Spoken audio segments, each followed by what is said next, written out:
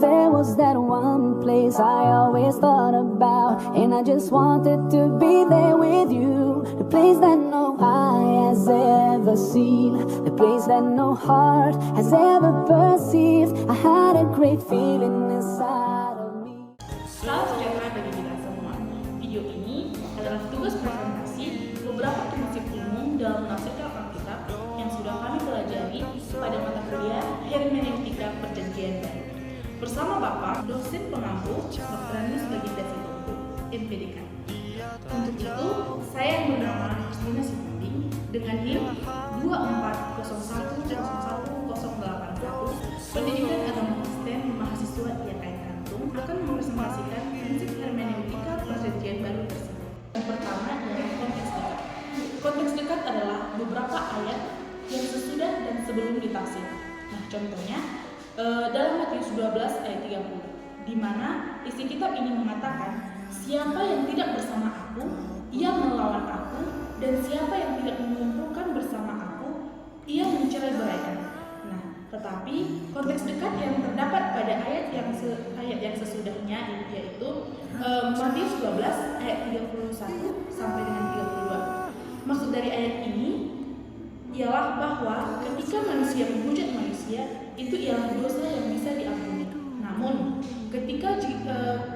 jika manusia menghujat Roh Kudus sama dengan orang Farisi yang menghujat Yesus karena mengatakan Yesus mengusir atau menyembuhkan orang buta dan bisu menggunakan kuasa Beelzebul atau kuasa setan, itu ialah dosa yang tidak bisa diampuni dan akan tetap jalan di tempat. Nah, contoh kedua dalam Matius 7 ayat 1, di mana isi kitabnya ini mengatakan jangan kamu menghakimi supaya kamu tidak dihakimi. Tetapi dalam konteks dekatnya terdapat pada ayat sebelumnya dan sesudahnya, itu dalam Matius 7 ayat 2 sampai 5 menjelaskan bahwa kita tidak boleh menghakimi dengan standar yang tidak kita terapkan pada diri sendiri. Sebaliknya, kita harus bersikap penuh belas kasihan, introspeksi diri, dan menegur dengan kasih jika itu diperlukan. Kedua, konteks jauh. Konteks jauh adalah menghubungkan dari beberapa perikop dengan perikop, pasal dengan pasal, dan kitab dengan kitab, hingga perjanjian baru dengan perjanjian lama. Nah, contohnya dalam Matius pasal 1. Nah, dalam Matius pasal 1 ini memiliki sangkutan beberapa dalam perikop. Perikop yang pertama ialah kelahiran Yesus Kristus.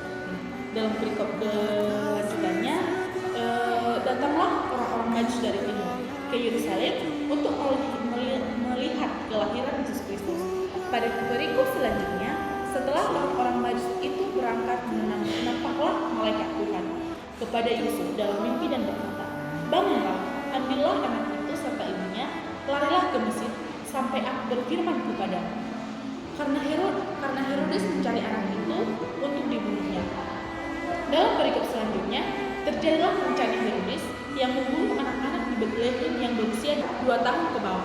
Namun, pada pasal selanjutnya menceritakan bahwa Herodes sudah mati dan malaikat Tuhan berkata, bangunlah, ambillah anak itu serta ibunya dan berangkatlah ke Israel, karena mereka yang hendak membunuh anak itu sudah mati. Contoh yang kedua dalam Yohanes pasal yang ke-4.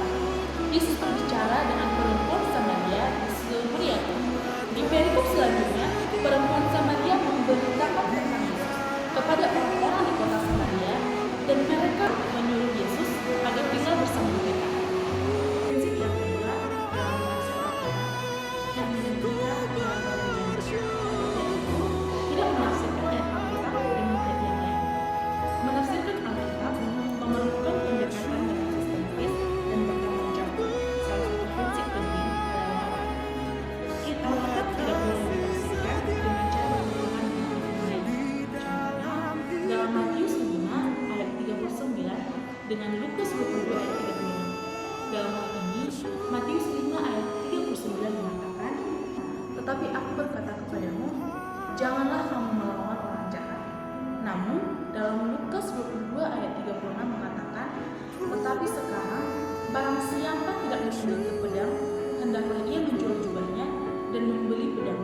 Nah, kesimpulan dari ayat ini, kedua ayat ini adalah bahwa kita harus menghadapi kekerasan dengan keseimbangan antara damai dengan bijak. Kita harus menghadapi kekerasan dengan damai dan tidak melawan dengan kekerasan. Tetapi kita juga harus menghadapi kekerasan dengan keseimbangan antara damai dengan bijak. Kita harus menghadapi kekerasan dengan damai dan tidak melawan dengan kekerasan. Tetapi kita juga harus menghadapi yang bijak. Kekerasan dengan bijak dan tidak hanya mengandalkan kekuatan fisik. Kedua ayat ini juga menekankan bahwa kita harus menghadapi kekerasan dengan iman. Kita harus percaya bahwa Allah akan melindungi kita dan memberikan kita kekuatan untuk menghadapi kekerasan tersebut.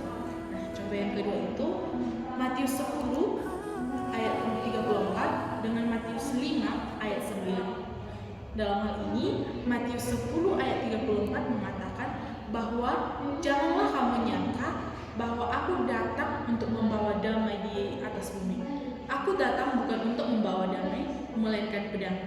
Namun, di dalam Matius 5 ayat 9 mengatakan, berbahagialah orang-orang yang membawa damai, karena mereka akan disebut anak-anak Allah. Kesimpulan dari ayat ini adalah bahwa kita harus memiliki keseimbangan antara kedua ayat tersebut. Kita harus memahami bahwa kedatangan Yesus Kristus bukanlah untuk membawa damai dunia, melainkan untuk membawa perubahan dan pemisahan. Namun, kita juga harus menjadi pembawa damai sejati, yaitu yang berasal dari Allah. Kedua ayat ini juga menekankan bahwa kita harus membawa damai dengan kekuatan Allah, bukan dengan kekuatan kita sendiri. Kita harus percaya bahwa Allah akan memberikan kita kekuatan untuk membawa damai sejahtera. Prinsip ketiga dalam menafsirkan Alkitab hermeneutika Perjanjian Baru. Yang pertama, mampu membedakan deskriptif dan deduktif. Deskriptif adalah menafsirkan Alkitab dalam merujuk dan pemahaman teks Alkitab yang bertujuan untuk menggambarkan atau mendeskripsikan situasi, peristiwa, dan kondisi tersebut yang terjadi pada waktu itu. Nah, contohnya Yohanes 9 ayat 1-38. Di sini Yesus menyembuhkan seorang yang buta sejak lahir. Dalam hal ini, Yesus memperlihatkan mukjizat dalam peristiwa itu. Yesus adalah Mesias yang telah dinubuatkan, yang memiliki kuasa untuk menyembuhkan orang buta. Dalam peristiwa ini, sebagian besar hal ini tidak akan terulang kembali. Nah, dalam contoh yang kedua, Yohanes 11 ayat 1-44. Dalam kitab ini menceritakan bahwa Yesus mengubah air menjadi anggur. Yesus tidak datang untuk meniadakan hukum Taurat, melainkan untuk menggenapinya. Artinya, Yesus datang untuk memenuhi yang telah ditulis dalam hukum Taurat, kitab para nabi dan manusia. Karena pada ayat ini berlaku untuk orang Yahudi yang hidup di masa itu. Nah, yang kedua, didaktif dalam menafsirkan Alkitab merujuk pada konteks di mana ayat tertentu dimaksudkan untuk memberikan pengajaran atau berisi perintah. Contohnya dalam Lukas 10 ayat 23. Ayat ini berkata, kasihilah Tuhan Allah dengan segenap hatimu dan dengan segenap jiwa ragamu dan dengan segenap kekuatanmu, dan kasihilah sesama manusia seperti dirimu sendiri. Yesus memerintahkan kita untuk mengasihi Tuhan dengan segenap hati, dengan segenap jiwa, dan dengan segenap kekuatan kita. Ini berarti kita harus memberikan prioritas tertinggi kepada Tuhan di dalam hidup kita. Dan Yesus memerintahkan kita untuk mengasihi Tuhan dengan segenap hati, dengan segenap jiwa, dan dengan segenap kekuatan kita. Ini berarti kita harus memberikan prioritas tertinggi kepada Tuhan di dalam hidup kita. Dan Yesus memerintahkan kita untuk mengasihi sesama, kita seperti diri kita sendiri. Ini berarti kita harus memperlakukan orang lain dengan kasih sayang, hormat, dan kebaikan. Nah, contoh yang kedua dalam Matius 7 ayat 1. Di sini dikatakan, janganlah kamu menghakimi supaya kamu tidak dihakimi. Yesus memerintahkan kita untuk tidak menghakimi orang lain, karena kita sendiri juga akan dihakimi oleh Tuhan. Ini berarti kita harus memperlakukan orang lain dengan kasih sayang dan tidak menghakimi mereka. Prinsip yang keempat dalam menafsir Alkitab, hermeneutika perjanjian baru. Pertama, menafsir Alkitab dengan cara melihat oknum siapa yang berbicara. Salah satu prinsip penting dalam menafsirkan Alkitab, terutama dalam perjanjian baru, adalah memperhatikan siapa yang berbicara. Ini penting karena tidak semua perkataan dalam Alkitab mencerminkan kebenaran yang benar. Beberapa bisa berupa catatan sejarah, ajaran Tuhan, atau bahkan usaha untuk menyesatkan. Meskipun ada manusia, setan, atau malaikat yang berbicara, Alkitab secara keseluruhan tetap adalah firman Tuhan.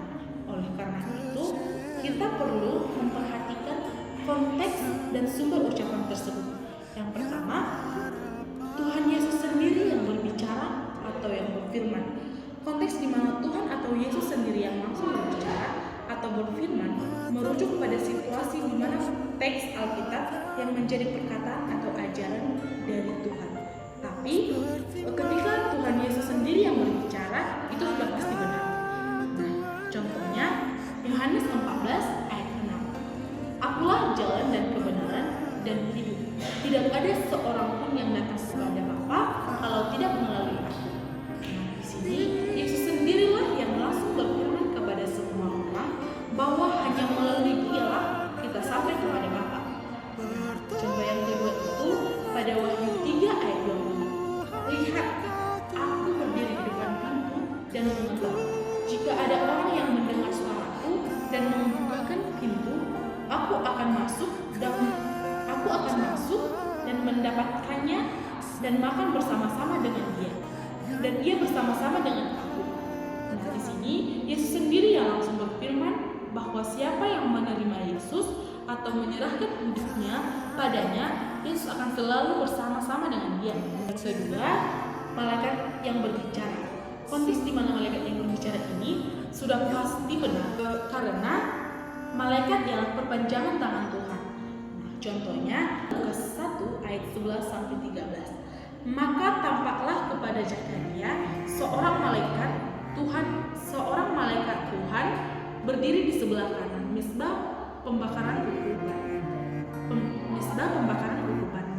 Melihat hal itu, Zakaria terkejut dan menjadi takut. Tetapi malaikat itu berkata kepadanya, "Jangan takut, hai Zakaria, sebab doamu telah dikabulkan dan istrimu Elisabet akan melahirkan seorang anak laki-laki.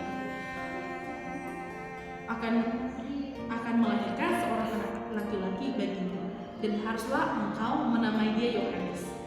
Malaikat Gabriel menampakkan diri kepada Zakaria di bait suci untuk memberitahukan bahwa istrinya Elisabet akan mengandung Yohanes Pembaptis, meskipun mereka sudah tua dan Elisabet baru. Yang kedua itu, contoh kedua itu dalam Lukas 1 ayat 26 sampai 28.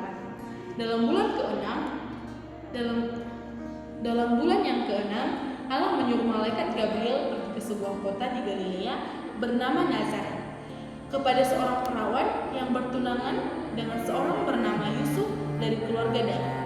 Nama perawan itu ialah Maria. Ketika malaikat itu masuk ke rumah Maria, ia berkata, "Salam, hai engkau yang dikaruniai Tuhan, Salam, hai engkau yang dikaruniai, Tuhan menyertai engkau." Malaikat Gabriel diutus oleh Tuhan untuk menyampaikan kabar bahwa Maria akan mengandung Yesus sebagai Mesias yang dijanjikan. Nah, yang ketiga itu manusia sendiri yang berbicara.